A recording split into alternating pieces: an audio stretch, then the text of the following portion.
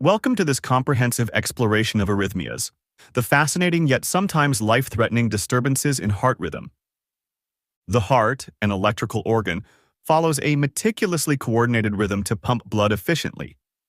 However, this rhythm can be disrupted, leading to a range of conditions, from harmless skipped beats to severe, life-threatening arrhythmias. This series aims to break down complex concepts in an engaging and easy-to-understand manner, ensuring clarity for medical professionals, students, and curious minds alike. Arrhythmias arise from disruptions in the heart's electrical conduction system, leading to abnormal rhythms, tachycardia, bradycardia, or irregular heartbeats. Under normal conditions, electrical impulses originate from the sinoatrial or SA node, propagate through the atria, pass through the atrioventricular or AV node, and extend to the ventricles. Any deviation from this coordinated sequence can result in arrhythmias. While some are benign, others pose serious risks, including stroke, heart failure, and sudden cardiac death. Understanding their clinical implications is crucial for accurate diagnosis and effective management. A glimpse into history. The study of arrhythmias has evolved tremendously over the decades. The first intracardiac electrograms, recorded in the 1960s, laid the foundation for modern cardiac electrophysiology. The 1980s saw the emergence of radiofrequency catheter ablation, a game-changer in treating arrhythmias without surgery. Today, implantable devices like pacemakers and defibrillators have revolutionized the management of life-threatening arrhythmias, marking the modern era of cardiac care. The science behind electrical activity.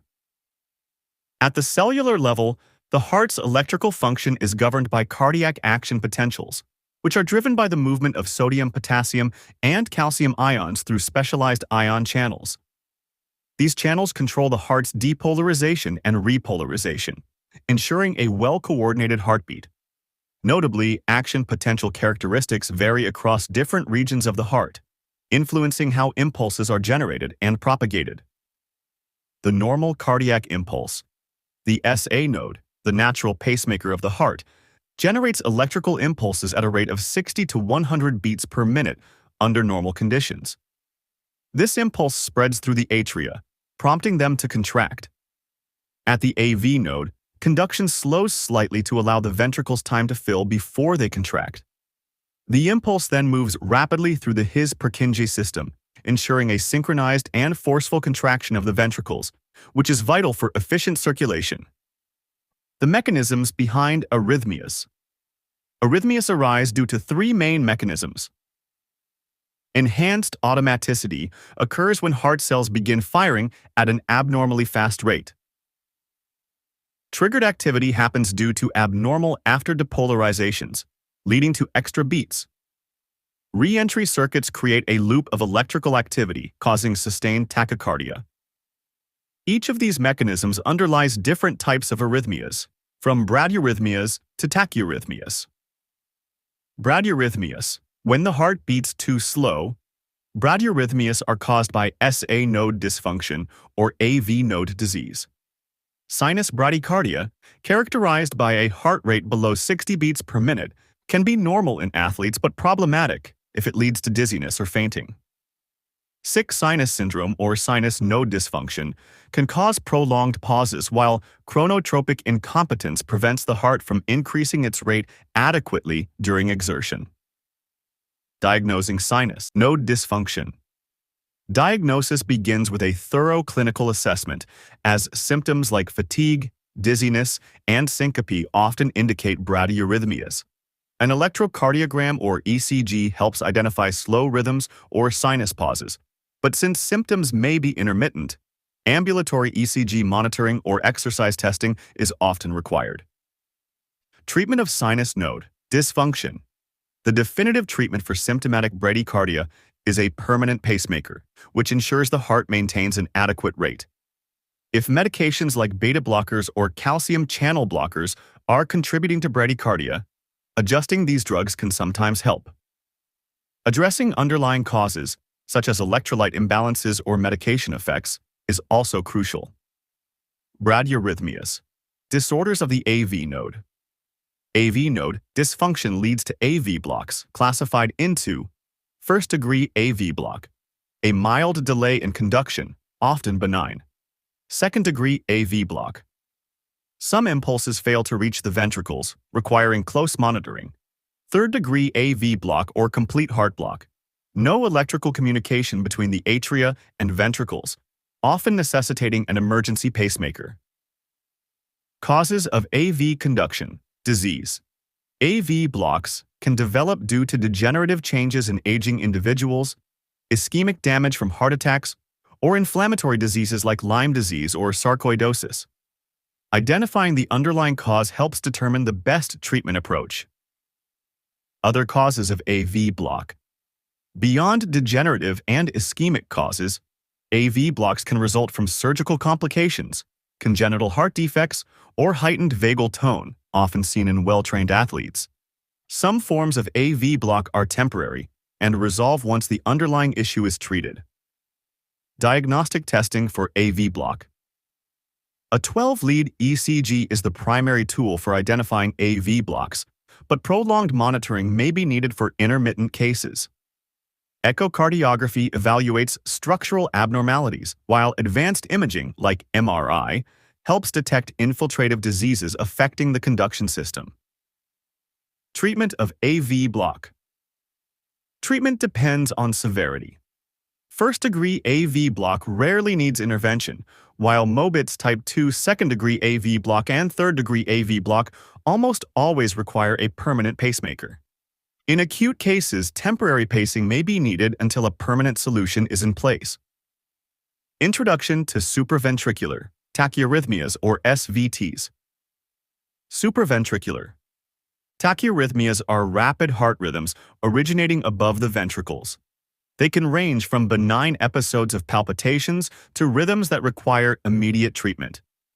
SVTs are classified into sinus tachycardia, atrial tachycardia, AVNRT, and AVRT, each with distinct characteristics.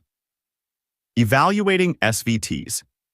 Diagnosing SVTs begins with a detailed history and physical exam, as symptoms like sudden palpitations, dizziness, and shortness of breath are common. A 12-lead ECG, preferably captured during an episode, is crucial. If the arrhythmia is intermittent, Holter monitors or event recorders may be used. Sinus tachycardia. A normal but rapid heartbeat.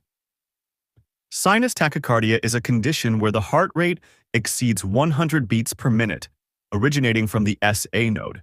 Physiologic sinus tachycardia occurs as a normal response to exercise, fever, or anxiety, while inappropriate sinus tachycardia, or IST, is an abnormal increase in heart rate without an identifiable cause. Another variant, postural orthostatic tachycardia syndrome, or POTS, occurs when standing up, often accompanied by dizziness and fatigue. Managing non-physiologic sinus tachycardia. While physiologic tachycardia requires no treatment, IST and POTS may need medical intervention. Beta blockers and calcium channel blockers help slow the heart rate, while ivabradine, a specialized drug, directly reduces SA node firing.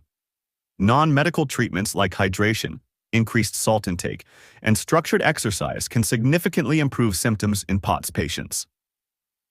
Focal atrial tachycardia. A rogue pacemaker. Unlike sinus tachycardia, focal atrial tachycardia, or FAT, arises from a single ectopic focus in the atria, independent of the SA node. It produces abnormal P waves on ECG, distinguishing it from sinus rhythms. FAT can occur due to increased automaticity, triggered activity, or micro-reentry circuits, making it a diverse but treatable condition. Treatment of focal atrial tachycardia. Acute episodes can sometimes be stopped using vagal maneuvers or adenosine, which momentarily block AV conduction. Beta blockers and calcium channel blockers help control the rhythm, but for recurrent or symptomatic cases, catheter ablation is the preferred treatment, offering a high success rate. AV nodal reentry tachycardia or AVNRT. In the AV node, AVNRT is the most common cause of paroxysmal SVT, particularly in young, healthy adults.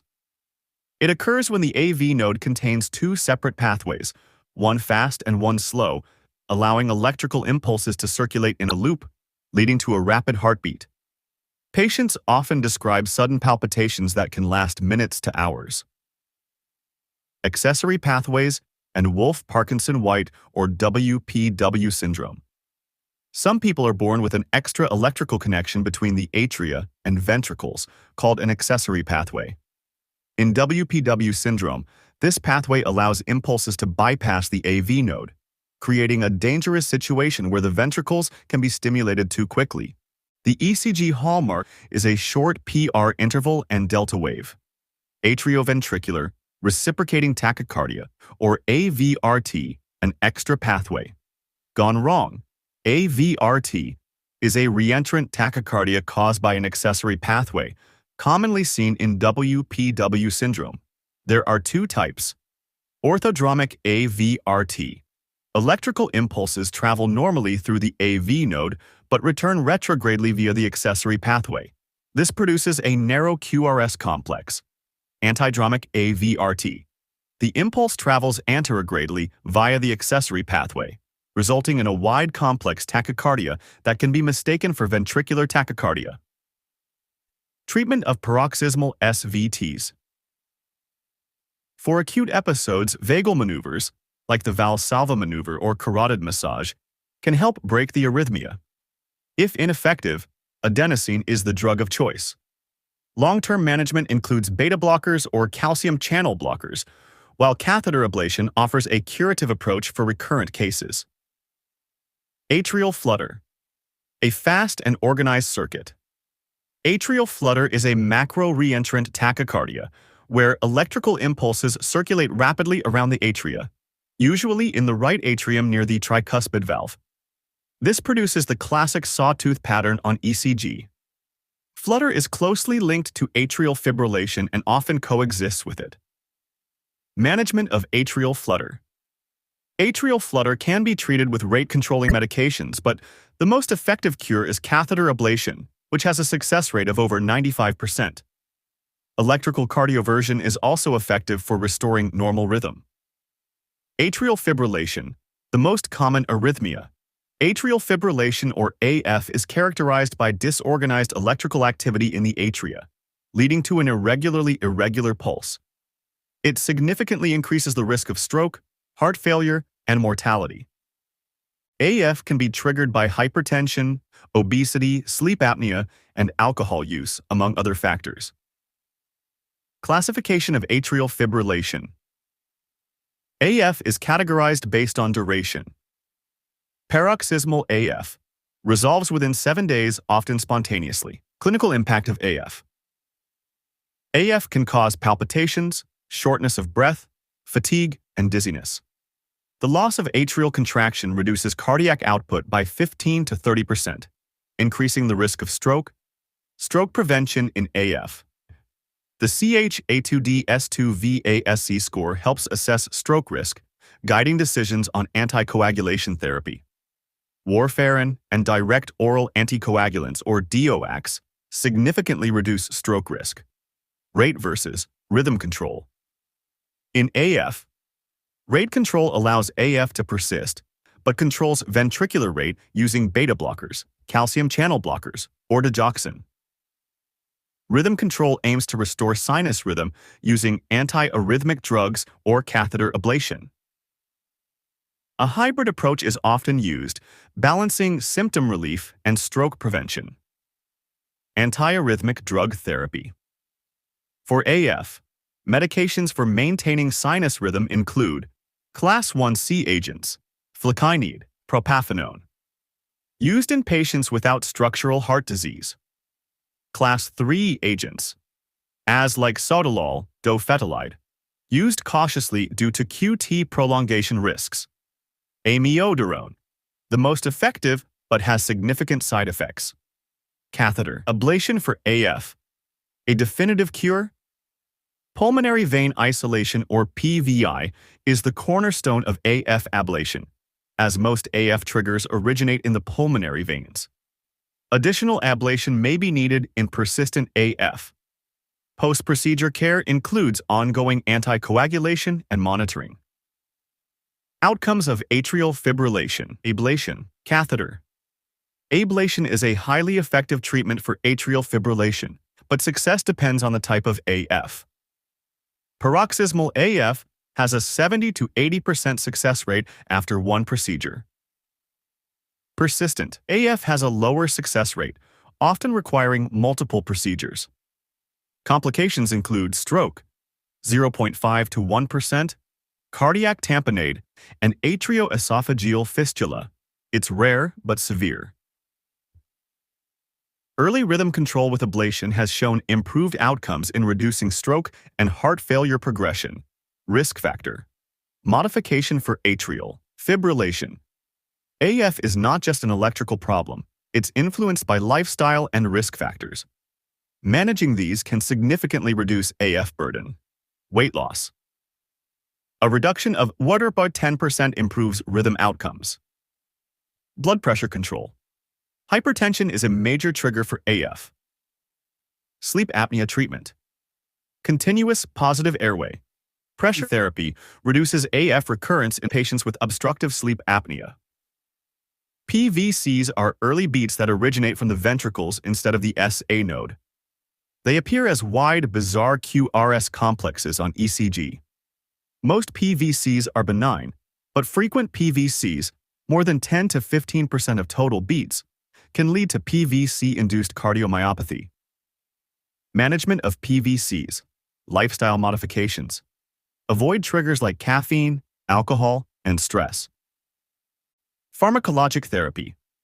Beta blockers or calcium channel blockers may help suppress symptomatic PVCs. Catheter ablation.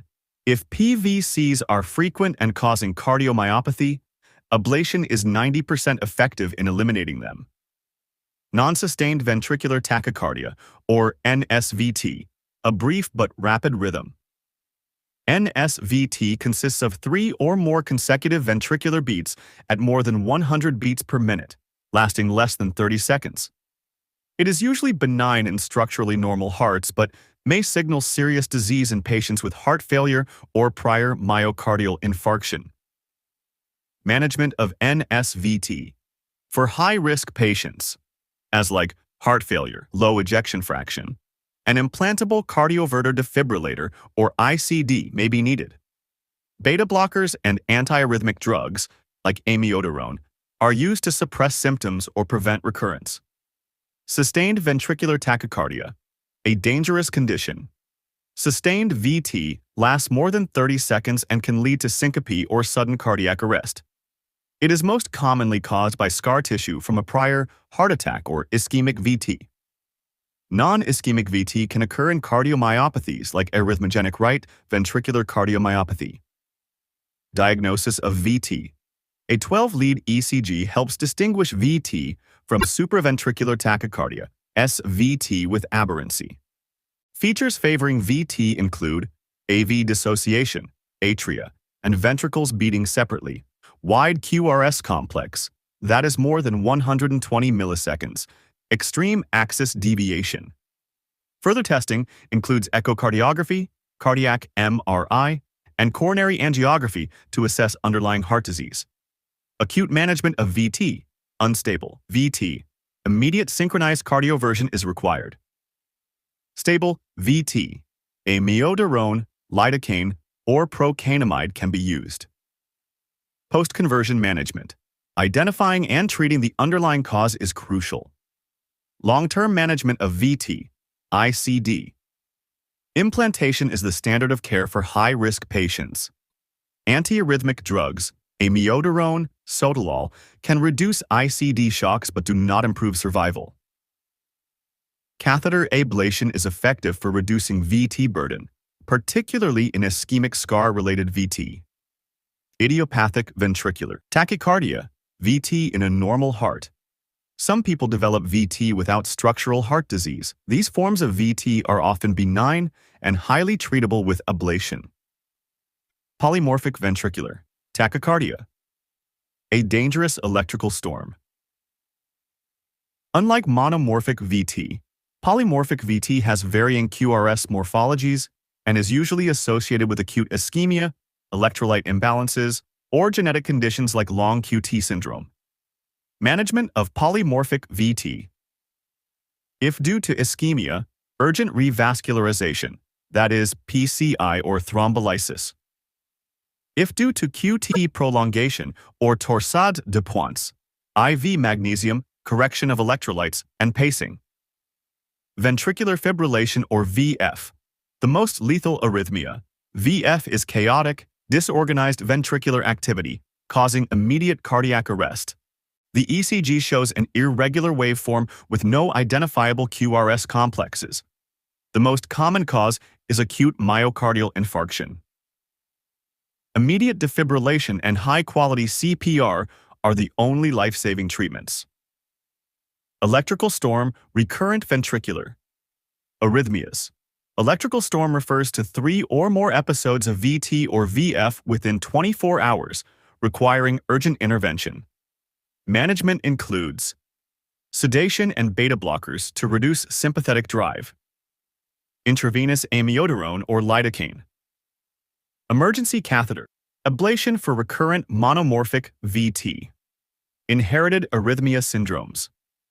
The hidden killers. Some individuals are genetically predisposed to life-threatening arrhythmias, despite having a structurally normal heart. Long QT syndrome affects potassium or sodium channels, leading to prolonged repolarization and torsade de pointes. Brugada syndrome, characterized by ST elevation in V1 to V3 and a high risk of ventricular fibrillation, particularly during sleep. Catecholaminergic polymorphic ventricular tachycardia, or CPVT, triggered by exercise or emotional stress, leading to bidirectional VT. Bradycardia, tachycardia syndrome, the rhythm confusion. Some patients experience alternating bradycardia and tachycardia, often due to sinus node dysfunction. Atrial fibrillation, atrial flutter, and sinus pauses may coexist, making management challenging. A permanent pacemaker allows for safe rate-controlling medications or ablation therapy. We've explored the full spectrum of arrhythmias, from minor premature beats to life-threatening ventricular fibrillation, breaking down complex cardiac electrophysiology into clear, simple insights. But there's still so much more to uncover. The world of arrhythmias is vast, and we're here to make it easy to understand. Future episodes will be even more engaging. Thank you for being part of this journey. See you in the next episode.